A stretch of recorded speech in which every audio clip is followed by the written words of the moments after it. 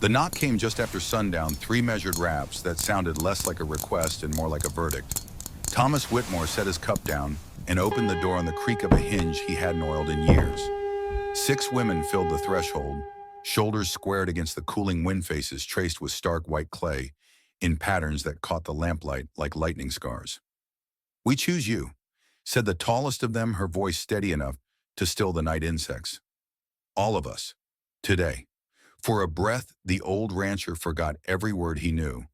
Thomas had seen Apache riders glide across the ridgelines, seen their dust rise and fade, but never the six women standing at a white man's door, with ceremony on their skin and resolve in their eyes. The paint wasn't decoration. It carried the hush of burial and the edge of law. Something final. "You've got the wrong place," he managed. But his protest died when the leader stepped closer and the lamplight struck the silver at her throat. A locket oval nicked on the left, the hinge repaired with a fleck of solder he'd dripped himself on a shaking winter night 15 years ago. Thomas felt the room tilt. He had buried that twin to his own under a mound of stone folded at the fingers of a woman who never made it to spring. "Where did you get that?" he asked, the words dry as old rope. "From the woman in white," the leader said. Her name by the cadence of the others was Clara. "She told us we would find her husband by his eyes gray and heavy with too much death." He should have been angry. He should have slammed the door and barred it. Instead, Thomas pressed his palm against the doorframe to steady himself and stared at the locket until the past pushed up like water through a cracked well. Martha. White dresses even in winter because white felt like clean when nothing else did. "You don't understand," he tried again. "I don't." "We do," Clara said softer now. "We were cast out 3 days ago. We have nowhere else to go." Thomas finally noticed the rest, 6 horses ghosting in the yard, the saddles worn and hurriedly packed beadwork, fine enough to buy freight wagons but scuffed from hard miles. These weren't camp followers or raiders. They were refugees with the straight spines of people who had chosen exile over surrender. "Why here?" he asked, though the answer was already climbing his throat like heat. "Because you buried a woman and a child behind your house," Clara said, nodding toward the fence line. "Because you know the taste of shame and the weight of silence. And because the woman in white said you would help." Thomas's eyes slid to the 2 small crosses he had carved in a fever of grief. No one spoke of those markers. No one came. He stepped aside. They entered without crowding him, moving with a practiced stillness that made the one-room cabin feel larger, not smaller. The others watched. Clara spoke. "We don't ask for charity," she said. "We ask for a choice. Ours was taken. We came to make one." Outside, the wind shifted. Far off, faint as a memory, hoofbeats folded into the dusk. Thomas swallowed. "Start at the beginning." Clara lifted the locket, silver winking like a promise and a warning. "The beginning," she said, "is a woman who wouldn't let us die." The longer they stood in his doorway, the more Thomas realized these women carried with them more than painted faces and cryptic words. Their very presence was proof of desperate flight. The saddles on their horses, sagged leather, worn to softness by too many hard miles. Beadwork that once gleamed with pride, now frayed at the edges. Yet each woman wore jewelry, silver bracelets, turquoise rings, pendants that spoke of families with status and wealth. They had not left in poverty, but in haste, grabbing only what they could carry before the doors closed on them forever. These were not wanderers searching for pity. They were exiles marked by desperation, yet girded by dignity. Thomas clung to denial as stubbornly as he'd clung to the ranch itself. "You've made a mistake," he insisted, though the words rang hollow in his own ears. His solitude had been carefully built stone upon stone of silence, and now 6 strangers threatened to tear it down with a few sentences. But Clara, the one who spoke for them, met his resistance with unflinching eyes. "You understand loss," she said. "You understand shame." Her voice was low, steady, like someone reading a sentence that had already been written. "And because the woman in white told us you would help." The phrase lanced through him like a brand. Martha, his wife, always in white. White dresses, white shawls, white kerchiefs.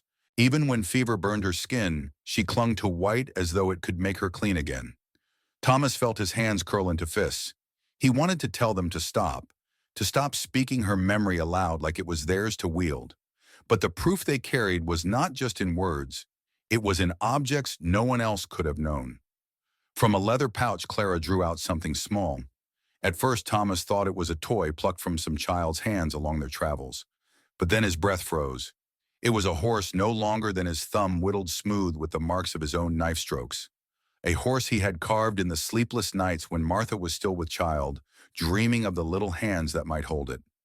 After the fever, after the graves, he had burned them all. Every last one except one. He remembered her saying she would keep just one hidden away, a promise she never spoke of again.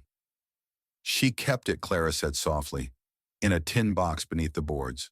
For the child she never held. The room closed in on him. Thomas staggered back until his shoulder hit the doorframe. The tin box. He had forgotten it, or perhaps chosen to forget, when grief turned every memory into a blade. Yet here it was, a secret shared by his wife with strangers who now stood before him, repeating truths no one else could know. The box beneath the floorboards explained the impossible depth of their knowledge. Martha had saved something of him, a fragment of love, and passed it on across years, across cultures, until it landed in the hands of these 6 women. Thomas felt the fight drain from his body. His resistance, so carefully honed by years of silence, collapsed like rotted wood. He could no longer tell himself these women were liars or tricksters. They knew too much. They carried too much. They had touched the hidden places of his life that even he dared not revisit. "What do you want from me?" he whispered, but the question was no longer a defense. It was a surrender.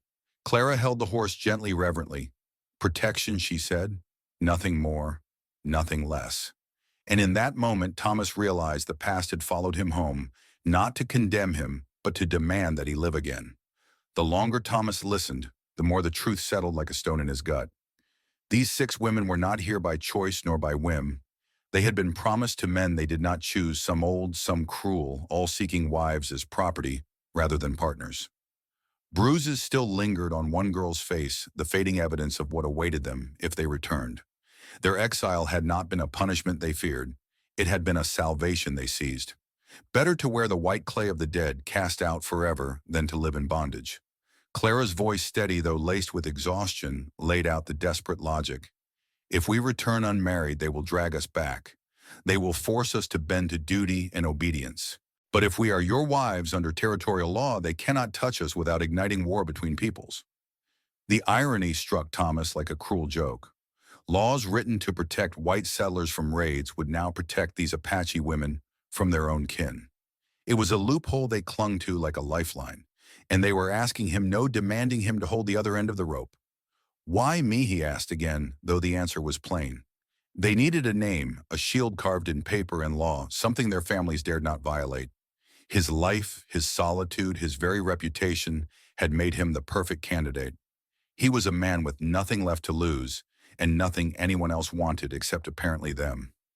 Before he could press further, Clara's gaze shifted toward the horizon. Her body stiffened, her hand instinctively, reaching for the knife at her belt. Thomas followed her eyes. A line of dust plumed against the dying light, the unmistakable sign of riders approaching. Horses moved in formation, deliberate and fast, cutting across the land like shadows with purpose. "You see," Clara said, her voice low but urgent. "We have minutes, not hours. By nightfall they will be here." And Thomas realized that his decision, whether to grant them his name, his protection, his very roof, had to be made before the sun touched the horizon. The air between them tightened like a drawn bow.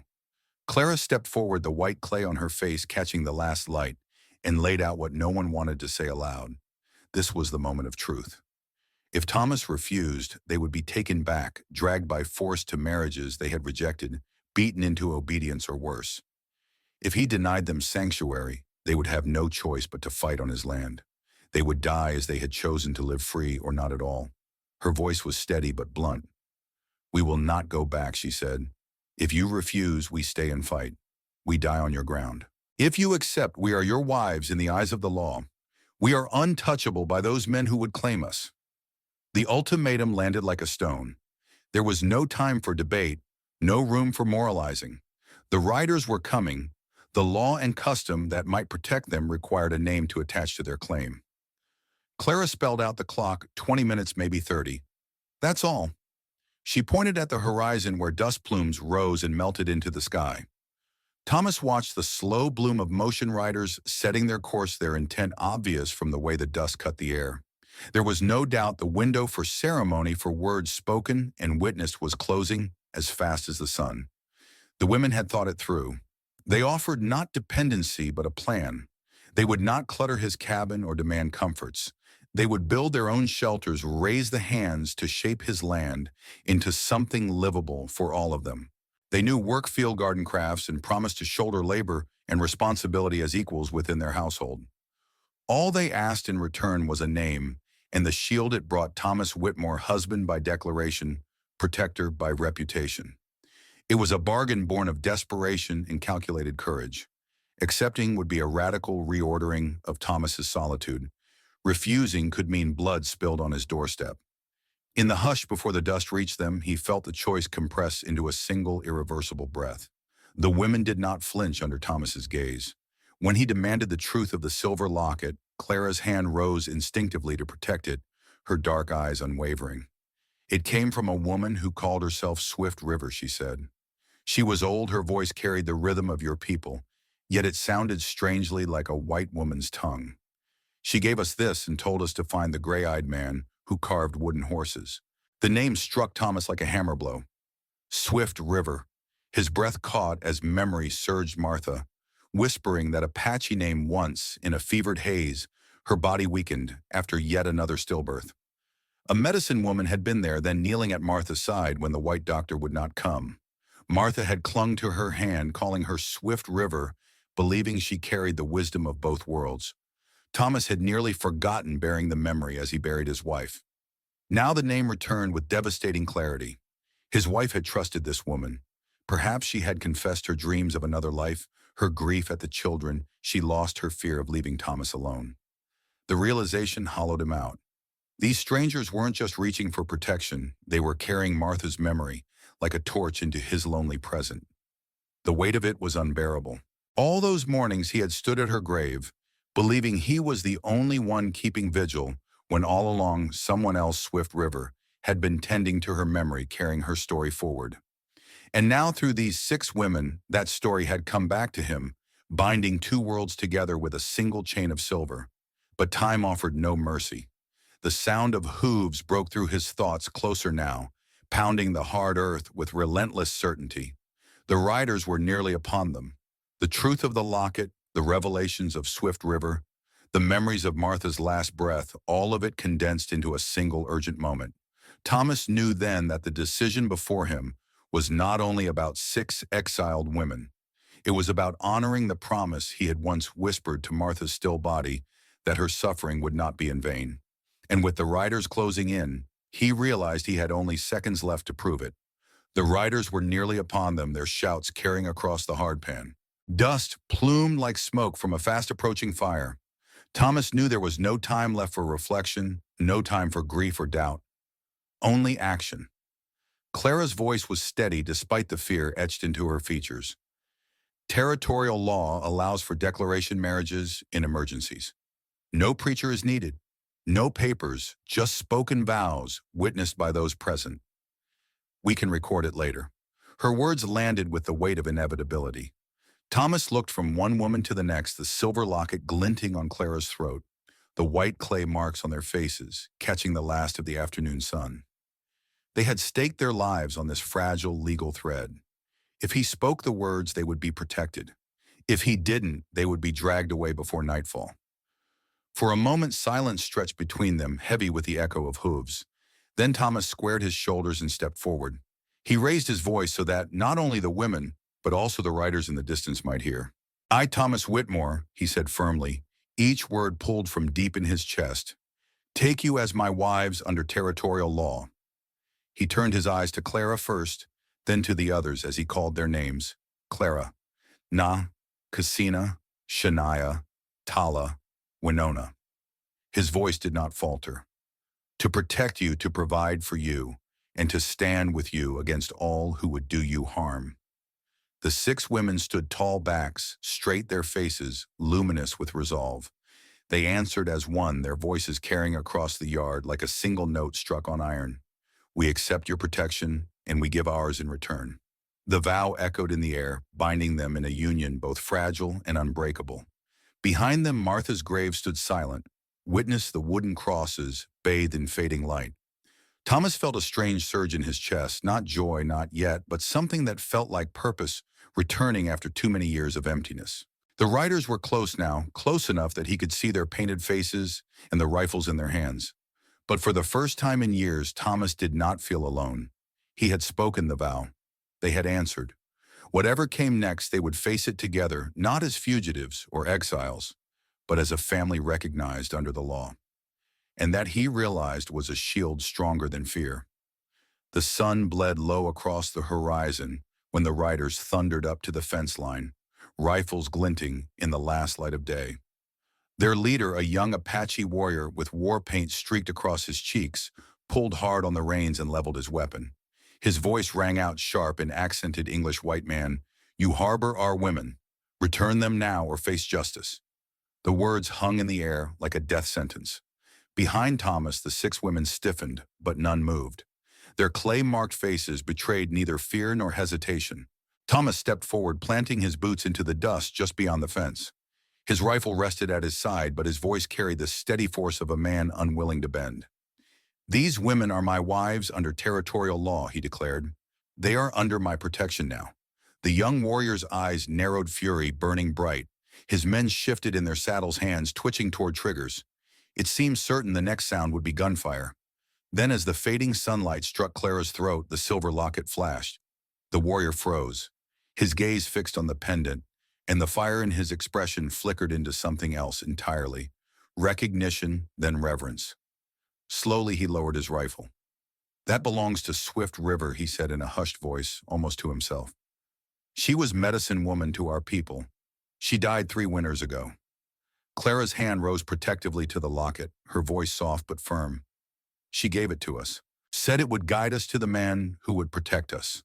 The warrior dismounted every step toward the fence, charged with respect rather than rage. His eyes never left Thomas. "Swift River spoke of a white woman who died bringing forth children. She said such a death made her spirit sacred to us. She said her husband's eyes carried the grief of too many graves." The air shifted.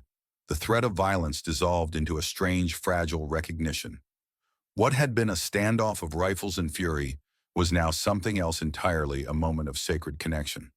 The riders no longer looked at Thomas as a thief or an enemy, but as the man Swift River herself had chosen to finish the work she could not. The tension at the fence line felt like it could shatter with a single breath. The younger war chief's eyes glinted with memory, grief and authority as he spoke first in Apache to his men, then turning his gaze to Thomas. His words, broken yet deliberate in English, landed like stones against the silence. "Swift River knew your wife," he said. "She came when the white doctor would not. She brought herbs, prayers, and fire. She held the children who could not breathe. She stayed through the night when no one else would. When she failed, she carried guilt for 15 winters." Thomas felt his throat tighten. For years he had noticed the flowers left at Martha's grave, the stones brushed clean, the cross never fully weathered.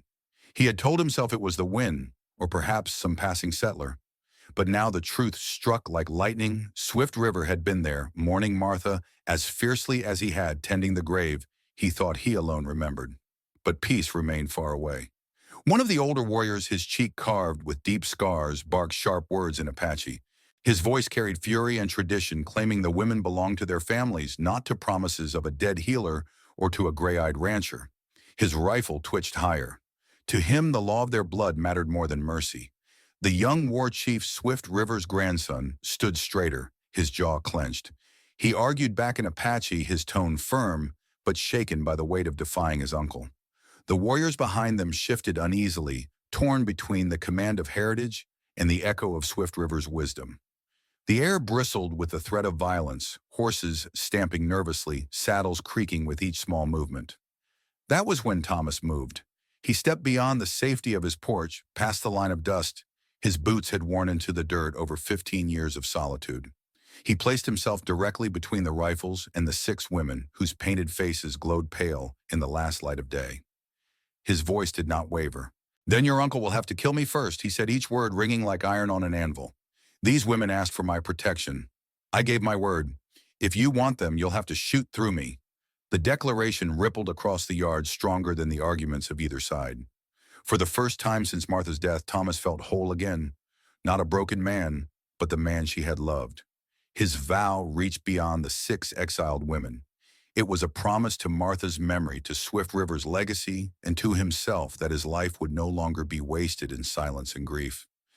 For one fragile heartbeat, the world stood still, balanced on the edge of bloodshed. And in that stillness, the chance for redemption flickered like a candle refusing to die. The argument between uncle and grandson had risen like a storm, voices in Apache cutting sharp through the dry evening air. Rifles' glinted fingers curled dangerously close to triggers, and Thomas could feel the ground trembling beneath the weight of the choice about to be made. Then, without warning, the young war chief moved. He swung down from his horse and walked with deliberate steps toward the wooden crosses by the cabin, those simple markers of Martha's grave. The 6 women gasped softly, their bodies tensing, as they watched him kneel before the weathered cross. He laid his hand against the rough wood as though touching something sacred. When he lifted his head, his eyes gleamed wet, though no tears fell. His voice, when he spoke in English, carried not fury but reverence. Swift River came here every month for 15 winters, he said, each syllable steady and clear. She brought flowers. She cleaned the stones. She spoke to this woman in 2 tongues. She said the white wife died giving life, and that made her sacred. The revelation struck Thomas like a hammer blow. All those mornings he had found the cross swept clean. All those days he discovered wildflowers resting fresh at the grave. He had thought it was chance, or neighbors paying quiet respect. Now he knew. Swift River had been keeping vigil, honoring Martha as one of her own, binding the 2 women together across cultures and death itself. The scarred uncle barked another challenge, his voice thick with rage. To him, custom was clear. The women belonged to their bloodlines, not to the memory of a dead healer. His rifle jerked higher, the threat of bloodshed hanging like thunderclouds over the yard. But the young war chief rose to his feet, and in his eyes burned the authority of both heritage and faith. He turned to his men, his voice carrying the weight of Swift River's spirit. Her final wish was that these women be protected. Courage such as theirs should not be punished. It must be honored. For a long moment, the tension stretched unbearably thin. Then one by one, the rifles began to lower. The men shifted in their saddles, casting uncertain glances at one another. The scarred uncle spat into the dirt, still defiant, but even he could not fight against the weight of Swift River's memory. At Martha's grave, the dead had spoken through legacy, and the living could no longer deny it. The silence after the rifles lowered was as sharp as any gunshot. Every eye turned to the young war chief, waiting for him to cast the final word that would either seal peace or plunge the yard into chaos. He stood tall, his hands still near Martha's wooden cross, and then spoke in English so that Thomas, the women, and his own men could all hear. These women chose exile over chains, he declared. They defied marriages forced upon them. Their families cast them out. From this day, they are no longer our responsibility. The words fell heavy, not as rejection, but as liberation. The scarred uncle snarled, but none of the others followed him. The law of custom bent beneath the greater weight of Swift River's memory, and the war chief's decision became unchallenged truth. 6 women once bound to duty were now free to forge a new fate under Thomas's roof. Practical matters followed swiftly. I will inform the territorial officials, the war chief said, remounting his horse. Your marriages will be recognized in white man's law. No one will have the right to reclaim them without risking war. Their exile is sealed, their protection under your name made permanent. The promise was not poetic, but it was power. Bureaucracy would carry the weight of rifles and the memory of Swift River's blessing into legal permanence. Thomas felt the gravity of it settle on his shoulders. Protect her husband's shield between 6 lives and the world that would break them.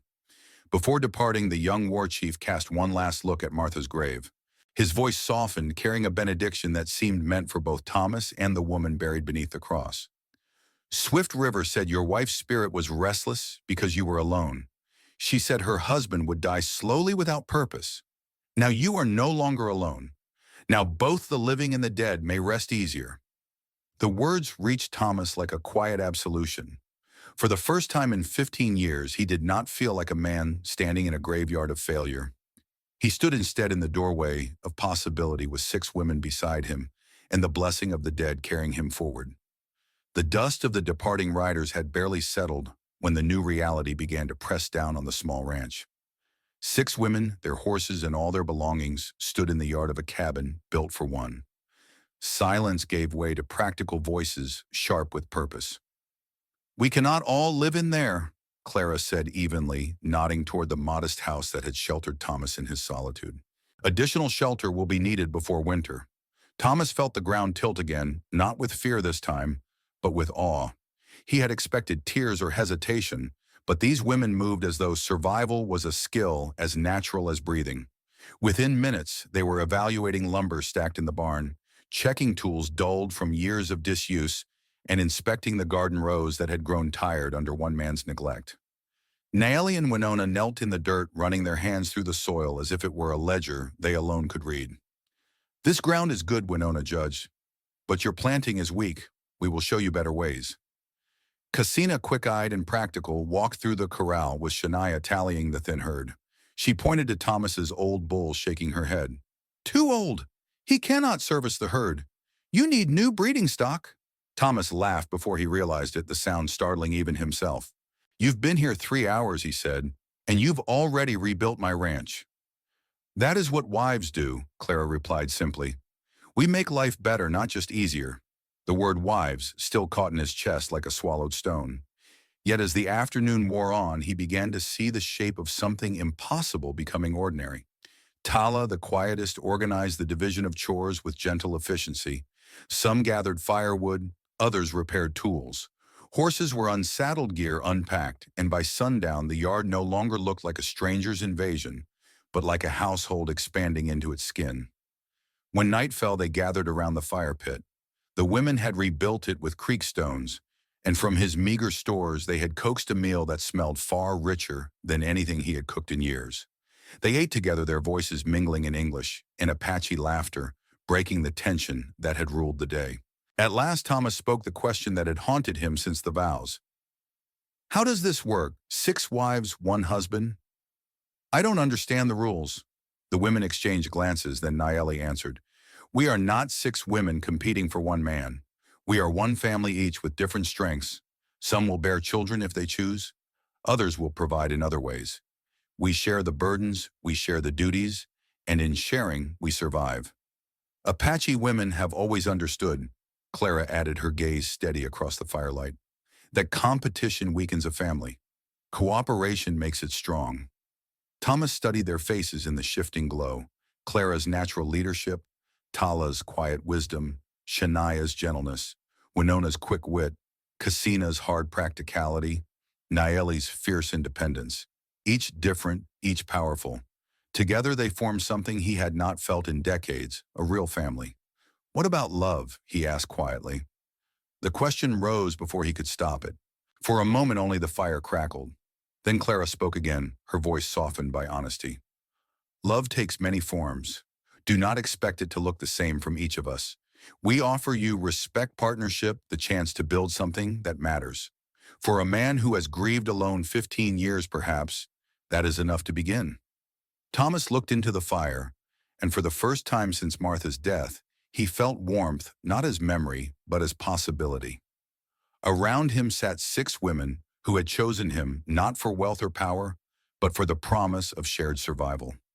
It was not the family he had lost. It was the family he had been given, forged out of exile law and desperate courage. And as their voices rose together in quiet song beneath the vast night sky, Thomas felt a truth settle deep in his chest. He was no longer alone. 6 months later, the old ranch that had once been a monument to grief and neglect looked nothing like the lonely place Thomas Whitmore had endured for 15 empty years. The land itself seemed reborn. Where one sagging cabin had stood now, 3 sturdy new buildings rose against the horizon, expanded sleeping quarters large enough for the growing household, a workshop filled with the sound of hammering and weaving, and a cool storage barn stocked with food hides and trade goods. The garden stretched wider than Thomas had ever dreamed possible, its neat rows heavy with vegetables that fed not only the household, but travelers and neighbors who came to trade. Beyond the garden, children's laughter echoed. Neighboring families trusted this place, now sending their little ones to play with the growing band of youngsters who had already been born into this unusual union. The once silent yard was alive with noise work and joy, a rhythm that had not touched Thomas's ears in decades. Cattle filled the corral again, their flanks round and healthy. Under Casina's sharp management, the herd had doubled in size and she had introduced new breeding stock that neighboring ranchers envied. What had once been a desperate man's dying ranch had become one of the most productive properties in the territory. The irony was not lost on Thomas. He had married to save 6 women from destruction, and they had saved his land in return. The transformation had not gone unnoticed. Word of the marriages traveled beyond the valley first as whispers, then as disputes, and finally as legal petitions. Some settlers protested, but when the territorial governor reviewed the case, he recognized the marriages as binding under both Apache custom and territorial law. The decision shocked many, but set a precedent. Apache women who refused forced unions could find protection through legal marriage to settlers, an option that might prevent bloodshed in other villages. What had begun as desperation on a lonely ranch had become the foundation of a new path for those trapped between cultures. Inside the family itself, roles had taken shape with the same natural efficiency as their first night around the fire. Clara, the quiet leader who had once spoken for the group, now carried the first child of the household, her strength softening into expectation as her belly grew round. She moved more slowly, but still guided the family's decisions, with the authority of someone born to lead. Tala and Winona had become artisans, filling the workshop with finely crafted goods, woven blankets dyed with natural colors, carved tools and jewelry that fetched high prices in town. Their crafts not only brought in steady income, but also built bridges with local settlers who marveled at the quality and durability of the work. Casina oversaw the storage barn and the herd with the eye of a seasoned rancher. She was stern, sometimes blunt, but her practicality kept the household thriving. Shania and Nayeli devoted themselves to the gardens and to caring for children, though Nayeli herself now carried her second pregnancy with quiet pride. Trade flourished. Travelers who had once passed the ranch without a second glance now stopped to barter food hides and handmade goods. Some came out of curiosity to see the 6 Apache wives of the white rancher, but most returned because the ranch had become a place of honest exchange and dependable supplies. Hard work had spoken louder than his suspicion, and even the most skeptical neighbors could not deny the prosperity that radiated from the once forgotten land. As Thomas stood in the doorway of the main cabin one golden evening, watching his wives move through the garden and yard, he felt something inside him that had been absent for too long: peace. The grief that had defined his days since Martha's death no longer ruled him. Swift River's prophecy, spoken through the locket, and the women who bore it, had come true. He was no longer alone. The ranch thrived not only because 6 women had joined him, but because they had built something larger than survival. They had built a family. They had built a precedent that bridged 2 worlds. And in their laughter, their labor, and the life stirring beneath Clara's heart, Thomas found both redemption and renewal. Each evening, as the sun dipped behind the ridges, the family gathered at Martha's grave. What had begun as a private wound had become a shared ritual, binding the living to the memory of the woman who came before. Fresh flowers from the expanded garden were laid across the wooden cross, and Thomas would bow his head, speaking softly as though Martha could still hear. "Your house is full again. Your children laugh in the yard. You were right, they are strong and they honor you." The man who once lived hollow with grief was gone. In his place stood a husband with 6 wives who trusted him a father-to-be, with purpose in his chest, a leader whose ranch no longer whispered death, but rang with work and renewal. As dusk painted the sky in molten gold and crimson, Thomas lifted his eyes over the bustling land. The once desolate homestead pulsed with life, love, and possibility. For the first time in 15 years, he knew he was home.